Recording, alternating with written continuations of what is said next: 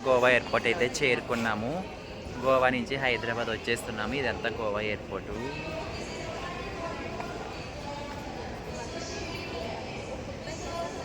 ఇది మా టికెట్ అనమాట.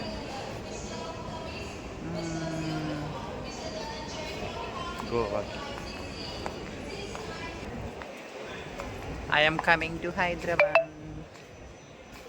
ఫ్రమ్ గోవా.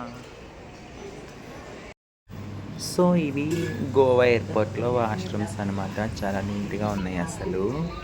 ఇదంతా ఎయిర్పోర్ట్ అనమాట. ఇది హాల్, ఇక్కడ సిట్టింగు, వెయిటింగ్ హాల్ అంటారు కదా, అది వెయిటింగ్ హాలు.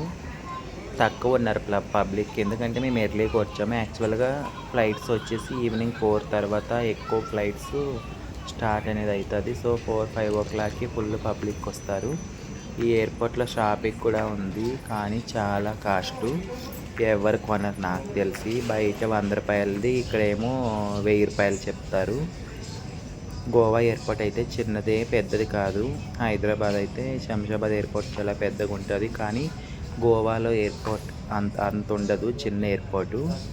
ఆ ఎయిర్పోర్ట్ నేమ్ వచ్చేసి డబోలిం ఎయిర్పోర్టు, డబోలిం ఇంటర్నేషనల్ ఎయిర్పోర్టు. ఇగో ఇదంతా ఎయిర్పోర్టేనండి. ఇన్సైడ్ వ్యూ ఇదంతా ఎస్కలేటర్స్. మామూలుగా అన్ని ఎయిర్పోర్ట్స్లో ఉన్నట్టే ఎస్కలేటర్స్, స్టెప్స్ అన్నీ నార్మల్గానే ఉంటాయి. ఇంకా మనకి చూస్తే ఏమంటారు, కాఫీ షాపులు, స్నాక్స్, టిఫిన్స్, లంచ్, అలాగే షాపింగు, బట్టలు, అలాగే హ్యాండ్ బ్యాగ్స్ అన్నీ పెడతారు. ఇగో గేట్ జీ, మాకైతే గేట్ జీ ఇచ్చారు. Goa to Hyderabad IndiGo 117E మా ఫ్లైట్ నెంబర్ వచ్చి గేట్ ఈ ఇచ్చారు. ఇదంతా వెయిటింగ్ హాలు. ఇంకా మన ఫ్లైట్ ఎక్కే పబ్లిక్ అయితే రాలేదు. ఇక్కడ మనకు స్క్రీన్ మీద అయితే చూపిస్తుంది ఏ ఊరికి వెళ్ళాలా, ఏ ఫ్లైటు నేమ్తో సహా ఎటు వెళ్తాయి అనేది మొత్తం చూసారా.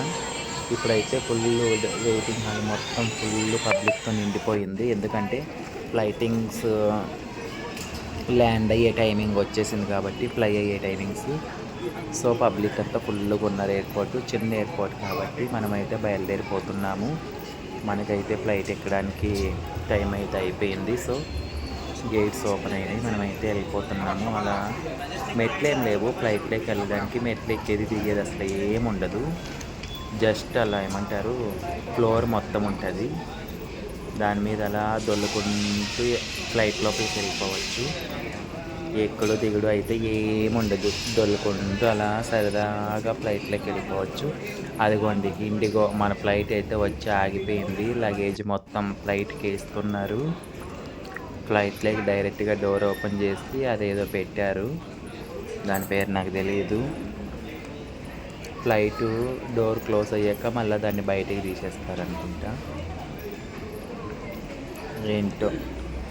అగోండి అదేదో పెట్టారు కనెక్టింగ్ ఫ్లైట్ లోపలికి డైరెక్ట్ వెళ్ళిపోవడానికి. అది మళ్ళీ ఫోల్డ్ అయిపోతుంది ఫ్లైట్ వెళ్ళాక. ఎంట్రన్స్ అయితే ఇస్తున్నాము. తెలుగు వాళ్ళు, హిందీ వాళ్ళు అందరూ కూడా మన ఫ్లైట్ ఎక్కడం అయితే జరుగుతుంది. లోపలికి వెళ్తున్నాము. మబ్బుగా ఉంది, అంత క్లారిటీ బాగాలేదు. గోవాలో మంచిగా వస్తుంది. ఇదిగోండి ఇది ఫ్లైట్, మా ఫ్రెండ్ ఎక్కింది. ఇదిగోండి అడుగుతుంది. Welcome to air India, sorry welcome to IndiGo. ఇదిగోండి ఇది మన ఫ్లైట్. లోపలైతే ఇలా ఉంటుంది అనమాట. రైట్ సైడ్ వచ్చేసి 3 సీట్స్ ఉంటాయి, లెఫ్ట్ సైడ్ వచ్చేసి 3 సీట్స్ ఉంటాయి. అటు 3 సీట్లు ఉంటాయి, మధ్యలో వచ్చేసి దారి ఉంటుంది. కాకపోతే ఇది ఫ్లైట్ ఇంతకుముందు నేను ఎక్కాను, కానీ ఇది మాత్రం చాలా పెద్ద ఫ్లైట్, చాలా లాంగ్ ఉంది. వామ్మో, ఇటు వెనక్కి తిరిగి చూస్తే చాలా చాలా లాంగ్ ఉంది, చాలా పెద్ద ఫ్లైట్. ఎక్కువ మంది ప్యాసింజర్లు ఎక్కుతున్నారు, ఫుల్ అయిపోతుంది ఫ్లైట్ అయితే. గోవా అంటే తెలియదు ఏముంది, డైలీ టూరిస్ట్ ప్యాసింజర్స్ ఉంటారు కాబట్టి పెద్ద ఫ్లైట్ వేశారు. మొత్తం ఫుల్ అయిపోతుంది ఫ్లైట్. మనమైతే వీడియోలు, ఫోటోలు పోస్ట్ ఇచ్చుకుంటూ వెళ్తున్నాం అనమాట. మనకు అంతే పని ఏం పని మాకైతే 5th లైన్ 6th లైన్ వచ్చింది, ఫ్రంటే వచ్చేసి. కానీ లాస్ట్ వరకు ఫుల్ పబ్లిక్. మా ఫ్రెండ్ నేను కూర్చున్నాము. మా పక్క సీట్ అయితే ఖాళీగా ఉంది. ఎవరైనా అబ్బాయిలు వచ్చి కూర్చుంటే బాగుండు అనుకున్నాం, ఎవరు రాలేదు.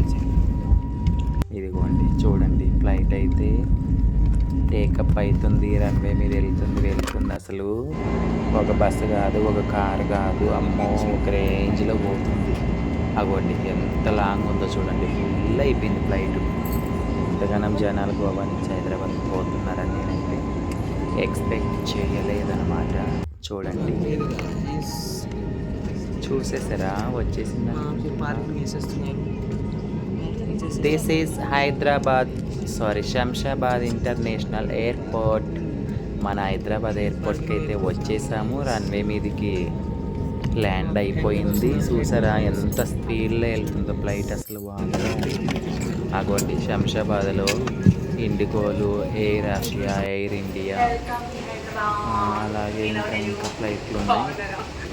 ఇగోండి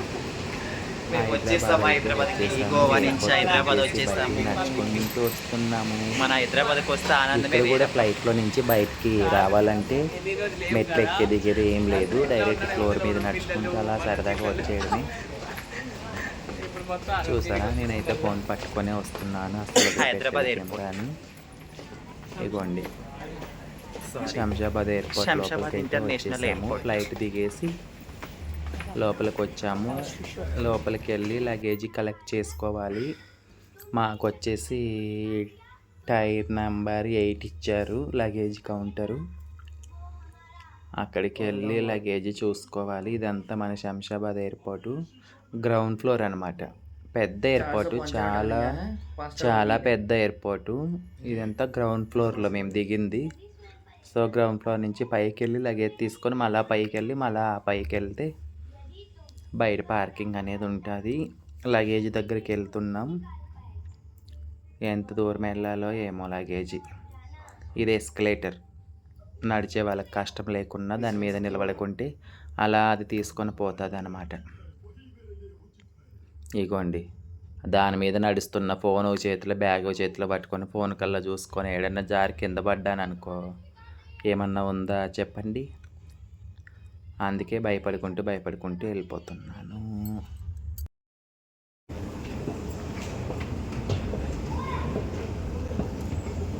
సో ఇది ఎస్కలేటర్ మీద బయటకు వచ్చాము. ఇక్కడ మనకు అన్ని యారో మార్కులు వేసి రాసి పెట్టింటారు, ఎటు పోవాలి, ఎగ్జిట్ ఎట్లా, ఎంట్రీ ఎంత, ఇంటర్నేషనల్ ఎయిర్పోర్ట్కు దారి, అలాగే గేట్ నెంబర్స్ కానీ మన లగేజ్ ఎక్కడికి వస్తుంది, ఆ లగేజ్ వచ్చే బెల్ట్ నెంబర్స్ అన్నీ ఇచ్చింటారు.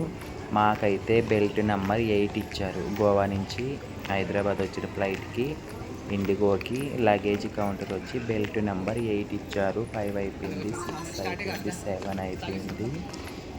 అగోండి ఆ ముందు కనిపిస్తుంది 8, అదే మన లగేజ్ కౌంటర్. ఇది ఫ్రెండ్స్ లగేజీ. కొంతమంది లగేజ్ వస్తుంది, కొంతమంది తీసుకుంటున్నారు. మన లగేజ్ అయితే ఇంకా రాలేదు. సో లగేజ్ వచ్చే వరకు మనం వెయిట్ చేయాలి. లగేజ్ వచ్చాక లగేజ్ తీసుకొని బయటికి వెళ్ళిపోయి క్యాబ్లు, కార్లు, ఆటోలో ఏవో ఒకటి ఎక్కేసి ఇల్లు చేరుకోవాలి.